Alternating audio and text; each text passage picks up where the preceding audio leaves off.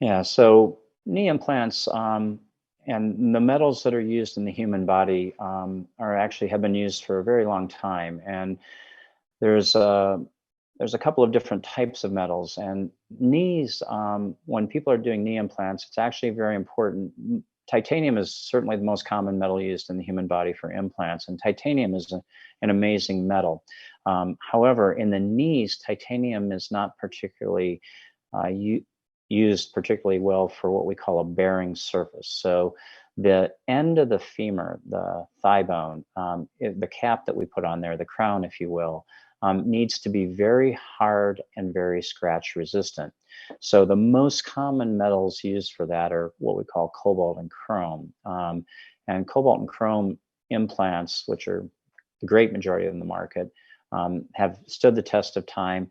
But there's a certain number of people in the population, primarily women with nickel allergies, that have potentially could have a reaction to a cobalt chrome implant, not because of the cobalt and chrome necessarily, but because there's a small amount of nickel whenever there's two metals are smelted together. So nickel's used to kind of help the metals go together. And so cobalt and chrome themselves are also enzymes in the body, so they can have an effect on the body systemically. And so there's supplements for chromium picolinate, for example. So it's essential heavy metal in body processes. So if the body for some reason reacts to that cobalt and chrome, it can be a problem.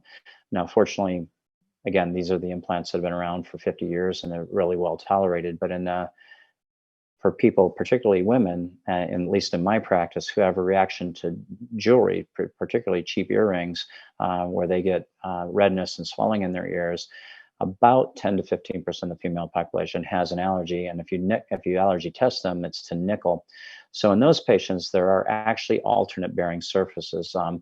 The most commonly used and what I consider the best alternate bearing surface is actually zirconium oxide, or a thing called oxinium, which is a ceramicized metal complex here, but basically has no nickel in it, and but is a very hard surface that keeps the implants from scratching. So the metals are really important, and for people who have kind of any type of abnormal reaction to metals on their body, I actually prefer using alternative bearings, what we call alternative bearing surfaces. And the good news is these bearing surfaces are as good or better than the cobalt chrome ones in terms of wear and scratch resistance, because the knee environment's a little bit unique in that we have to have things, because the knees moving, the implants are moving over each other. We need to have scratch resistance or it can damage the metals. So the metal aspects, there are things available, fortunately, now that weren't available before. And it is worth a discussion, particularly high-risk patients, i.e. women with issues with, you know, earrings primarily, that you should have with your surgeon to discuss that before you consider a total knee implant.